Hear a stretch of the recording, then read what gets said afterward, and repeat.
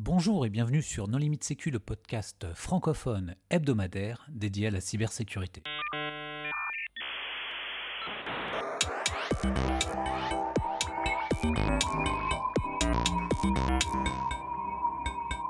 Alors aujourd'hui, nous allons parler de PSSI et d'intelligence artificielle avec Michel Dubois. Bonjour Michel. Bonjour. Pour discuter avec lui, les contributeurs Non Limite Sécu sont Nicolas Ruff. Bonjour.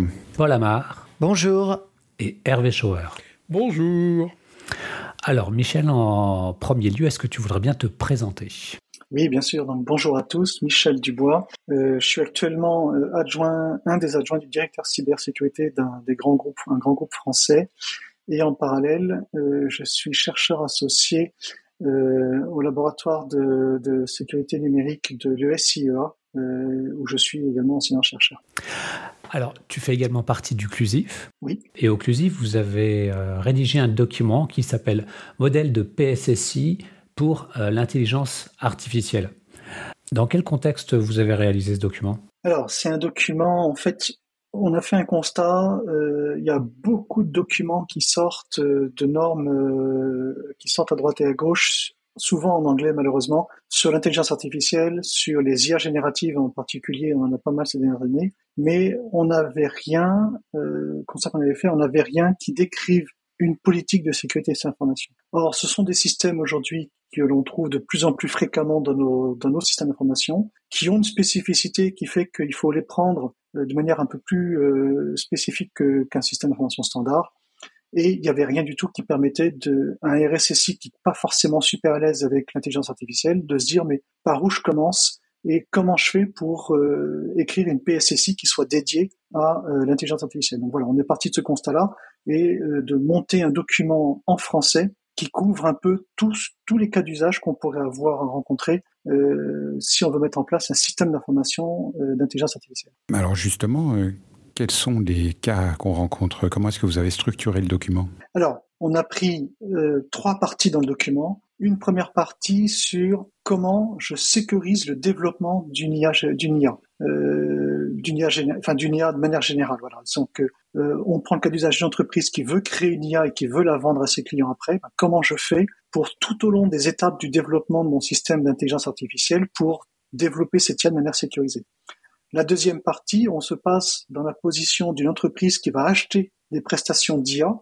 Et à ce moment-là, la question, c'est comment je sécurise l'acquisition et l'intégration de cette IA dans mon environnement d'entreprise. Et puis, le troisième volet de la PSSI, c'est comment je prends en compte la partie spécifique des IA génératives et comment je fais pour sécuriser l'intégration des IA génératives au sein de mon environnement. Et vous êtes arrivé à combien de centaines de pages pour couvrir tous ces sujets ? Alors, on a une trentaine de pages aujourd'hui, avec 22 règles précises. On a essayé de faire quelque chose qui soit le plus générique, tout en couvrant le sujet. Je pense que le sujet qui est le plus urgent pour les RSSI, c'est le fait que tout le monde utilise toutes les IA librement accessibles en ligne,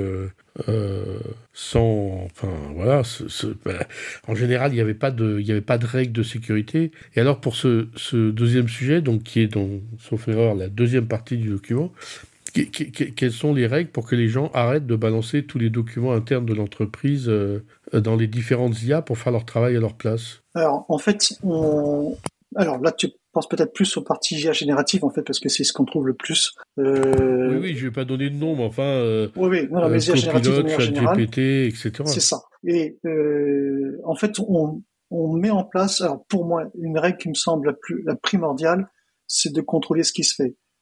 Et d'informer les gens.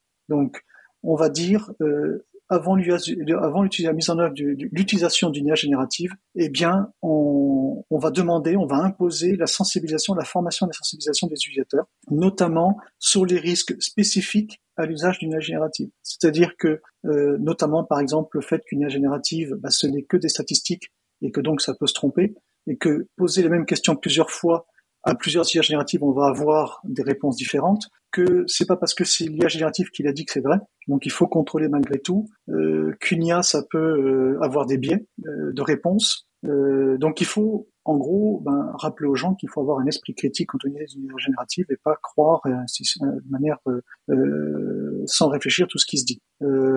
Et à titre d'exemple, par exemple, pour le développement, on a mis une règle spécifique, par exemple, où on interdit l'usage, un lien direct entre une réponse d'une IA générative sur un bout de code et l'intégration dans un processus de CI/CD. Donc en fait, on va dire, à quoi qu'il arrive, pour du développement de code, on demande à ce qu'un humain relise le code avant de l'intégrer en production. Parce qu'en fait, ce que tu n'as peut-être pas dit, c'est que le document couvre toutes les formes d'IA, y compris machine learning et donc la classification anti-spam, ce genre de choses. L'IA générative n'étant qu'un sous-ensemble de ce qui se fait aujourd'hui. Tout à fait. Ce n'est qu'un sous-ensemble de ce qui se fait aujourd'hui. La plus grosse partie étant d'intégrer, de prendre en compte les systèmes d'information artificielle de manière générale, pas uniquement les génératives. D'ailleurs, on a mis en place au départ un certain nombre de définitions pour bien rappeler ce que c'est qu'un système d'intelligence artificielle, ce que c'est qu'un système d'IA à usage général, le cycle de vie d'un système d'IA, la conception du système, son développement, son déploiement et son exploitation et sa maintenance, avec toutes les règles de sécurité qu'on met à chaque étape. Voilà. Et puis après, on définit IA générative, large langage de modèles, les problèmes de requête, de poids, d'agents conversationnels, de qualité de données. Enfin voilà, on donne un certain nombre de définitions qu'on a essayé de prendre les plus consensuelles possibles. Alors pour ça, on n'a rien inventé. On est parti des documents qui existent déjà. Il y a pléthore de livres, de documents qui existent. Il y a l'OWASP qui nous a servi de référence. Il y a le NIST. Il y a le MITRE qui a fait aussi des documents là-dessus. L'ANSSI a sorti un certain nombre de documents aussi sur ces là. Donc on a essayé de faire des définitions qui soient relativement consensuelles et compréhensibles et accessibles pour tout le monde. Tu parles de cycle de vie, notamment des IA. Ça me fait notamment penser au cycle de développement logiciel de manière générale. En quoi l'IA bouleverse-t-elle justement ces fondements, je dirais, classiques de la sécurité des SI et des PSSI qui existaient? Alors, c'est une question qui est un peu compliquée. En fait, les IA, elles vont avoir une interaction dans les systèmes d'information que aucun autre système ne va avoir. Et c'est en ça où elles vont être sensibles. Et donc, du coup, elles vont apporter des réponses, elles vont aider les humains que nous sommes, en fait, dans le traitement de pas mal de choses. Elles vont automatiser un très grand nombre de processus. Et du coup, un biais sur un entraînement d'IA peut avoir des conséquences métiers graves après derrière, et au contraire, une IA qui a été très bien entraînée va avoir de la valeur, une valeur très importante pour un concurrent, et donc il va falloir la protéger pour éviter de se faire voler le modèle de données, de se faire pirater, ces genres de choses. Donc en fait, de par son imbrication dans le système d'information et les conséquences que les décisions qu'elle va prendre vont avoir sur l'ensemble du système, elle devient beaucoup plus critique que les autres systèmes d'information qu'on peut avoir. Elle va générer des prédictions, elle va générer des recommandations, des décisions basées sur un raisonnement statistique, et on ne peut pas avoir d'erreurs trop importantes ou de biais trop importants sur ces systèmes-là. Alors, on va peut-être pas passer en revue les 22 recommandations pour donner envie aux gens de lire le document, mais est-ce que tu pourrais peut-être citer une ou deux recommandations qui sont un petit peu, on va dire, surprenantes ou qui ne sont pas forcément évidentes pour tout le monde? Alors, je suis en train de regarder rapidement. Les trucs un peu bizarres, spécifiques, on va pas trop, j'ai pas trop d'idées tout de suite. On a mis, en fait, il faut bien voir une chose, c'est qu'un SIA, on l'a conçu comme un système d'information standard. Et donc, du coup, ce qui est pas forcément trivial, c'est que les règles de mise en œuvre de sécurisation d'un système d'information standard s'appliquent pour un SIA. Et donc, typiquement, on demande à ce qu'il y ait une analyse de risque qui soit faite pour un système d'information, un système d'intelligence artificielle. On va être plus vigilant sur la chaîne d'approvisionnement, c'est-à-dire d'où sortent les données, comment on les intègre, comment on les sécurise. Toute cette chaîne-là, on va la mettre en place, on va mettre des sécurisés là-dessus, et du coup, on va aller assez loin dans la prise en compte de cette chaîne d'alimentation de l'IA, puisque les fournisseurs vont être impliqués. Et selon toi, quelle est la partie la plus importante à prendre en considération quand on développe une IA ? En fait, la première partie me semble celle qui est la plus importante, c'est-à-dire comment je conçois de manière sécurisée une IA. Et en s'appuyant sur les 4 cycles de la conception d'une IA, c'est-à-dire comment je conçois mon IA de manière sécurisée, comment je la développe de manière sécurisée, comment je la déploie de manière sécurisée auprès de mes clients, et après comment j'en assure l'exploitation et la maintenance. Et là, ça peut être surprenant, mais finalement, on se retrouve avec des choses qui sont relativement standards de ce qu'on connaît du cycle de développement d'un logiciel. On fait du DevSecOps dédié à l'IA, mais comme je disais tout à l'heure, en étant beaucoup plus prégnant et précis sur les sujets, parce que les conséquences d'une IA mal développée ou mal conçue peuvent être ou mal protégées peuvent être embêtants. Donc on va s'appuyer par exemple sur l'identification des actifs liés à l'IA, les modèles, les données, les prompts, les logiciels qu'on va mettre derrière, la documentation, la gestion des logs, tout ça on va prendre en compte tous ces éléments-là pour concevoir de manière sécurisée mon IA. Et les aspects, je dirais, déterministes, est-ce que c'est un aspect que vous évoquez? Alors, je m'explique. Si on prend par exemple un réseau de neurones, on a une réponse. La réponse, on va la donner à un client. Aller chercher le déterminisme dans cette réponse, pourquoi il y a eu ce résultat, et du debugging et de la traçabilité end-to-end, c'est quelque chose qui peut être très compliqué, voire impossible. Est-ce que c'est un point que vous abordez dans cette PSSI dédiée à l'IA? Alors, c'est un point qu'on va aborder indirectement dans la formation qu'on va mettre en place vis-à-vis des utilisateurs. C'est-à-dire, en gros, bien rappeler au client, une fois que j'ai développé mon système d'IA, que la réponse que va apporter l'IA, ce n'est qu'une réponse statistique. C'est-à-dire qu'on a un pourcentage de chance important que la réponse donnée soit fiable. Et donc, rappeler en permanence au client qui va travailler avec notre IA, on fournit quelque chose qui vous donnera une réponse qui sera à 95, 96 ou 97% fiable, mais qui ne peut pas être fiable à 100% parce que justement, ce n'est qu'une IA. Et donc, c'est dans la formation, dans la prise de conscience et dans le rappel en permanent des clients d'avoir cette notion de sensibilité en tête. Est-ce que vous intégrez la notion de data supply chain? Parce qu'aujourd'hui, on commence à avoir des solutions pour la partie code, avec la signature des paquets, des constructions de paquets reproductibles, etc. Mais par contre, aujourd'hui, pour la qualité des données d'entrée, on n'a pas grand-chose et on a beaucoup d'études sur les entraînements malveillants d'IA pour les entraîner à introduire des backdoors dans les codes et des choses comme ça. Est-ce que c'est un sujet sur lequel vous avez des solutions?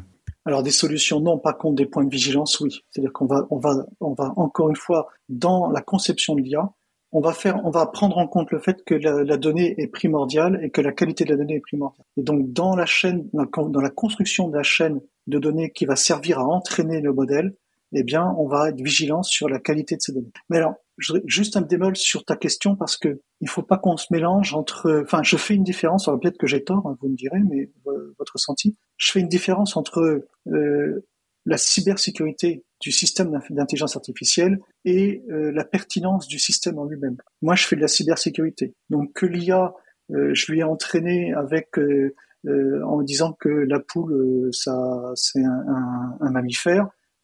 C'est pas mon problème en soi. Ça, c'est le problème, je dirais, des personnes qui ont besoin de construire cette IA. Par contre, mon sujet, ça va être de dire que si dans mon modèle de données, j'explique que la poule, elle pond des œufs, il faut pas quelqu'un de l'extérieur ou qu'une information extérieure non maîtrisée explique qu'en fait la poule c'est un mammifère. Donc c'est en fait le système est différent. C'est-à-dire que je vais pas être vigilant sur la qualité des données parce que c'est pas un sujet de cybersécurité. Par contre, je vais être vigilant sur le fait que à partir du système des données qu'on m'a fournies, je vais faire en sorte que personne ne puisse les modifier de manière illégitime. Alors du coup, est-ce que vous avez des retours d'expérience de la mise en œuvre de cette politique? Est-ce qu'il y a eu des itérations, par exemple, suite à des remontées du terrain ou des problèmes que vous avez rencontrés en production? Alors, on a quelques retours essentiellement sur la partie IA générative, parce que c'est celle aujourd'hui qui est la plus prégnante en entreprise, en fait. Et on a beaucoup de retours sur la complexité à mettre en œuvre ces règles-là. D'abord parce qu'en fait, il y a deux volets. Il y a deux éléments pour cet élément de réponse. Le premier, c'est que ça va très très très vite et que les IA génératives aujourd'hui évoluent à très grande vitesse. Les offres des fournisseurs, des grands fournisseurs, vont très très vite aussi. On travaille avec Microsoft, on travaille avec Google, on travaille avec un certain nombre d'autres fournisseurs comme ça, et on est obligé en permanence de s'adapter à l'évolution de l'offre pour adapter les règles en fonction. Donc, un cas d'usage, par exemple, qu'on peut rencontrer dans cette vitesse d'évolution, c'est l'exemple de Microsoft Copilot, où Microsoft construit sa solution et la fait évoluer assez rapidement. Et je prends l'exemple de Microsoft, la version de Copilot qui est accessible dans Edge. Eh bien, pendant encore jusqu'à janvier-février, cette version de Copilot, les prompts étaient envoyés sur les data centers aux États-Unis et servaient à entraîner le LLM. Et courant janvier, Microsoft a dit, tous ceux qui ont une licence entreprise au sein d'une entité, eh bien, automatiquement, en fait, on bascule sur les principes de règles que vous avez mis en place à votre niveau de licensing Copilot. Et à ce moment-là, on n'est plus sur un prompt dans Edge qui va être entraîné, qui va servir à entraîner les LLM. On applique les mêmes règles que Copilot M365, par exemple, où les données vont rester sur le data center en France. Ça servira pas à entraîner les LLM et ainsi de suite. Ce qui fait que là, on avait dit, on interdit l'utilisation de Copilot sur le navigateur parce qu'il y a un risque de fuite de données. Eh bien, on est en train de regarder pour l'autoriser dans le périmètre entreprise parce que on a les mêmes niveaux de garantie que sur M365. Donc en fait, c'est ça cette complexité où ça évolue très très vite et il faut adapter en permanence pour répondre au mieux aux besoins du métier. Et puis le deuxième volet qui fait que c'est complexe, c'est qu'il y a une très forte demande et qu'aujourd'hui les collaborateurs ont tous accès à titre privé à ces outils-là et les utilisent à titre professionnel. Et donc on se retrouve avec des usages qui viennent du privé dans le professionnel et qu'il faut intégrer très très vite et qui du coup ils ne comprennent pas qu'on puisse leur interdire. On a le cas avec Copilot, GitHub Copilot, qui devient un outil qui est indispensable pour les développeurs. Et il faut que nous, la sécurité, on s'adapte très très vite pour leur permettre de continuer à travailler sans mettre en risque les données de l'entreprise. Et typiquement, dans la PSSI, par exemple, on a écrit une règle où on interdit la mise en œuvre directe du code dans un processus CI/CD sans l'avoir relu. Et puis, il y a certaines fonctions, par exemple, on a interdit d'utiliser, alors après ça, chaque RSSI trouvera midi à sa porte, mais nous, c'est une règle qu'on a mis en place, où on interdit l'utilisation d'une IA générative pour générer des procédures sensibles comme l'authentification et la cryptographie. Alors je rebondis sur ce que tu disais, en fait ça va très vite. Et là je vais citer Lénine, si je dis pas de bêtises, qui disait il y a des décennies où rien ne se passe et il y a des semaines où des décennies se produisent. Si on prend l'IA et l'essor des solutions, on ferme les yeux, il y a 5 startups qui arrivent sur le marché. Est-ce qu'écrire une PSSI dédiée à l'IA, est-ce qu'elle peut être désuète en l'espace de quelques mois, ou finalement les piliers fondateurs que vous avez utilisés sont de toute façon agnostiques des évolutions qui vont arriver dans les semaines, mois ou même jours à venir? Quel est ton avis là-dessus? On a fait en sorte de la rendre la plus agnostique de l'évolution des IA qu'on peut attendre. Alors, je dis pas qu'elle sera encore fonctionnelle dans 5 ans, mais je pense que au moins pour 1 an ou 2, on est relativement serein, sachant que déjà 1 an ou 2, à la vitesse à laquelle tu avances, en faisant référence à Lénine à l'instant, c'est déjà énorme. Voilà, donc ça nous laissera le temps déjà d'avancer sur cette partie-là. On a essayé de faire quelque chose de relativement agnostique. En fait, on pourrait résumer un système d'intelligence artificielle à un système d'information qui rajoute un biais statistique dans ses réponses. Mais sinon, c'est quand même malgré tout à la base un système d'information qu'on peut traiter déjà à la base comme un système, tout ce qu'on connaît en termes de sécurité d'un système d'information standard. Et puis en Europe, on a aussi un cadre réglementaire avec l'AI Act, ce qui fait d'ailleurs qu'il y a plein d'outils américains qui ne sont pas disponibles en Europe. Donc on est quand même un peu plus cadré. Même si on fait rien, on est quand même sous le coup de la loi, quoi. Oui, alors j'ai été un peu déçu par l'IA Act européen sur le plan cyber. Parce qu'en fait, en regardant, alors la PSSI qu'on propose est compatible et conforme à l'IA Act. On a un chapitre dessus qui précise comment on est conforme à cet IA Act. J'ai été un peu déçu dans le sens où il n'y a pas grand-chose sur la cybersécurité. En fait, l'Europe se contente, alors ce qui est déjà important, de définir ce qui était autorisé et interdit, ce que l'Europe s'interdit en termes de développement IA. Et donc, elle définit des IA qui sont pas éthiques et d'autres qui le sont, et celles qui sont autorisées avec différents niveaux de sécurité. Donc, voilà, là-dessus, on est conforme avec la PSSI qu'on a fournie. Enfin, la partie explicabilité de l'IA, enfin, des algorithmes de manière générale, mais on va dire un algorithme déterministe à part de if-else, il est explicable. Tu vois, un Parcoursup ou une admission post-bac, tu peux comprendre à partir du code source. Par contre, l'explicabilité de la décision d'une IA est plus difficile à atteindre. Plus difficile et quasiment impossible à atteindre. On est clairement là-dessus. Mais encore une fois, l'explicabilité, en fait, c'est pas un problème de cybersécurité. C'est un problème du développeur du système d'information qui va devoir expliquer à son client pourquoi et en quoi son système est fiable ou pas fiable Et là, encore une fois, c'est que de la statistique. C'est-à-dire que il va dire que dans 99% des cas, il a répondu de manière correcte, et puis il reste 1% qu'il va falloir gérer. Alors, je suis d'accord avec toi, mais c'est vrai qu'il y a quand même, la frontière est assez ténue avec des principes type intégrité, disponibilité des données. C'est-à-dire qu'à un moment, je veux dire, si on commence à plus faire de business parce que la réponse est pas bonne, est-ce qu'on va pas chercher, on va dire, en se disant, attends, peut-être que l'intégrité des données que j'ai, ça va pas, peut-être qu'il y a eu un problème, est-ce qu'il y a eu du tampering, poisoning, j'en sais rien. Et enfin, je sais pas qu'est-ce que t'en penses, mais je trouve la frontière assez ténue sur cet accès-là. Alors, oui. Je la trouve pas. En fait, alors, ça dépend de comment on place les flous. Je la trouve pas si ténue que ça, parce qu'en fait, encore une fois, ce que nous on va chercher à sécuriser, c'est les données qui ont servi à l'entraînement et le modèle. C'est-à-dire qu'en gros, il faut surtout pas que mon modèle puisse être biaisé, puisse être piraté par quelqu'un d'autre qui rajouterait des règles malveillantes dedans. Et donc, c'est là où la frontière, à mon sens, est moins ténue que ça. C'est-à-dire, la réponse fournie par le système, je peux la garantir dans le sens où je garantis les données des cas entraînants et le modèle. Une fois que j'ai garanti les données, la sécurité des données d'entraînement et la sécurité du modèle, je peux garantir que l'expressibilité, les 99% de réponses justes que je vais avoir, elles sont fiables.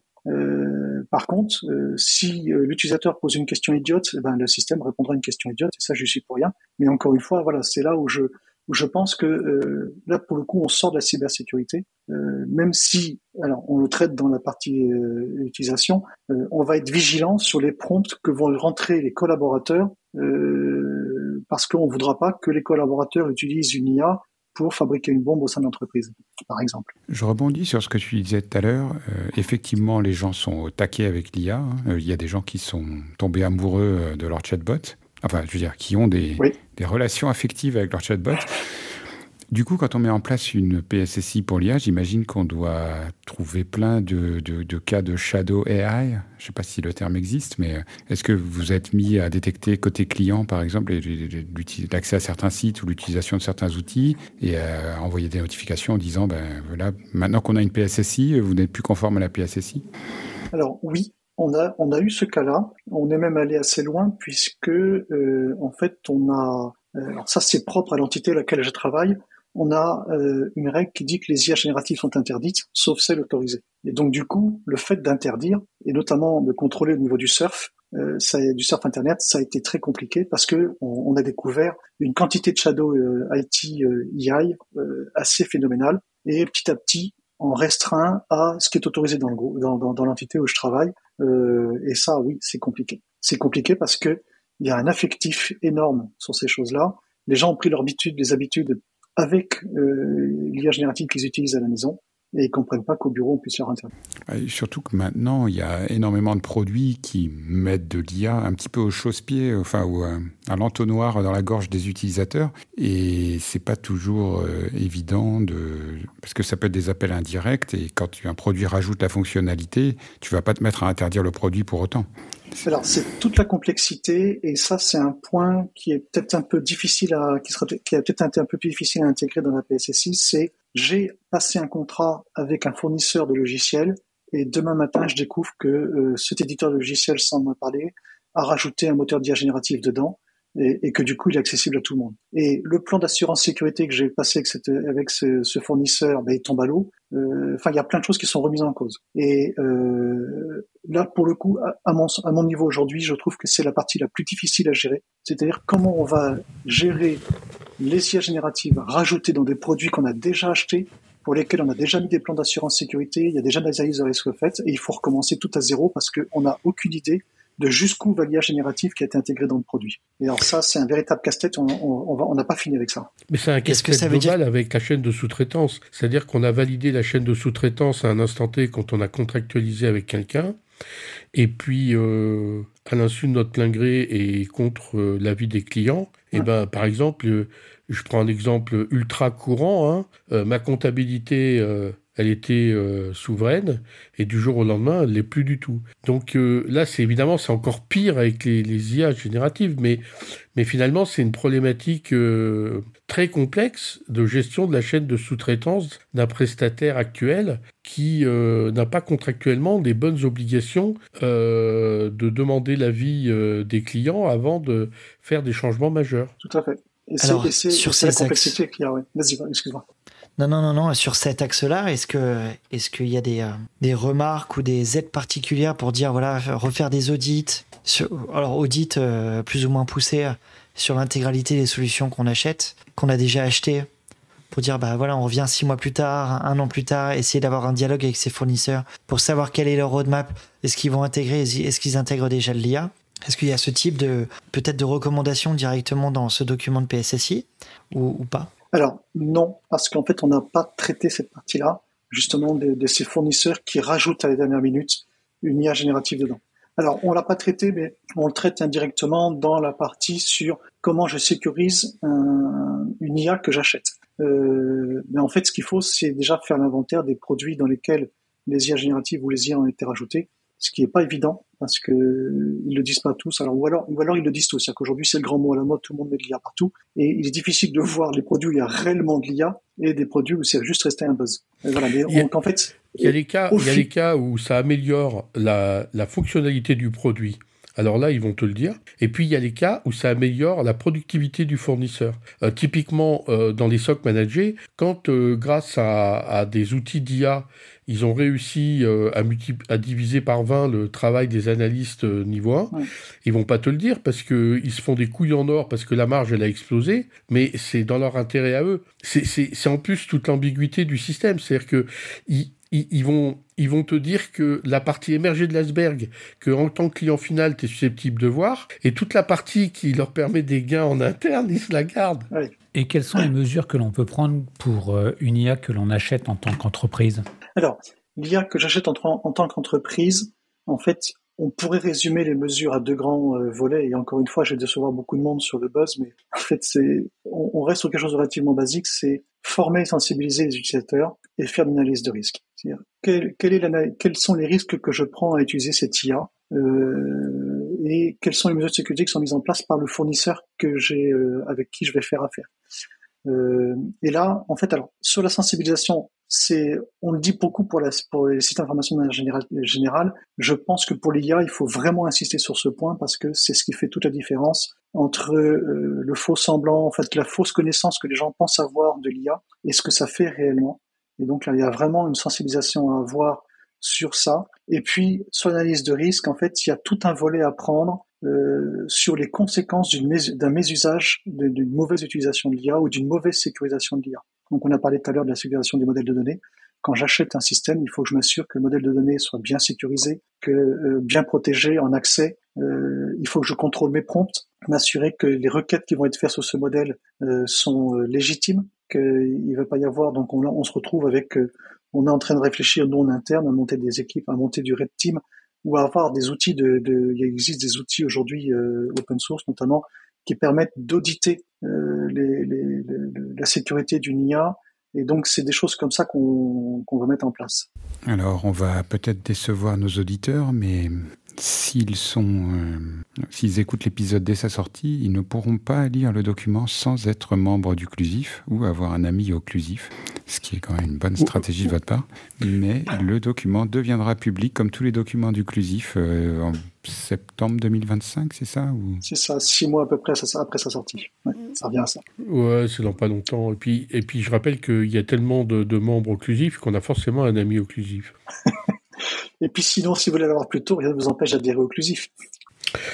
Bah, aujourd'hui, de quoi tu as besoin? Est-ce que finalement le Clusif va tout de suite relancer un groupe de travail pour faire évoluer et mettre à jour le document, ou ce sera que dans un certain temps? Aujourd'hui, de quoi le Clusif aurait besoin pour faire avancer ce sujet de la cybersécurité des IA? Alors, il y a un sujet qui pourrait être intéressant, c'est l'étude des outils qui existent pour faciliter la vie du travail, la vie du RSSI. C'est-à-dire, aujourd'hui, il existe un certain nombre d'outils qui sont extrêmement performants. Alors malheureusement, j'ai pas les noms en tête. Je voulais regarder ça avant, mais j'ai pas eu le temps. Mais il existe un certain nombre d'outils open source qui permettent de prendre en compte l'IA générative, notamment qu'on met en œuvre, ça marche beaucoup pour les IA génératives, et qui vont faire les tests les plus courants et qui vont dire, OK, là, le système tel qu'il est intégré, il est bien sécurisé, les prompts sont contrôlés correctement. Et donc, ça permet, de manière assez simple, d'ailleurs, pour certains, ils sont assez pertinents, d'avoir quelque chose qui soit bien sécurisé. Je me dis qu'un inventaire des outils qui existent avec leur cas d'usage, les apports qu'ils peuvent avoir, leurs difficultés d'installation, ça pourrait être un outil intéressant à fournir aux membres du Clusif et 6 mois après à la terre entière. Ok, Michel, est-ce que tu voudrais apporter le mot de la fin? Oui, écoutez, merci beaucoup déjà de m'avoir offert cette opportunité de parler de cette PSSI sur les IA. Et puis, comme disait Paul peu de temps avant, ça avance très très vite, donc on pourra faire une nouvelle émission dans 2 ans et on verra comment ça aura évolué et comment auront évolué tous ces enjeux de PSSI et de sécurité des IA, et on n'a pas fini de découvrir. Le rendez-vous est pris. Merci Michel d'avoir accepté notre invitation, merci aux contributeurs. Chers auditeurs, nous espérons que cet épisode vous aura intéressé et nous vous donnons rendez-vous la semaine prochaine pour un nouveau podcast. Au revoir. Au revoir. Au revoir.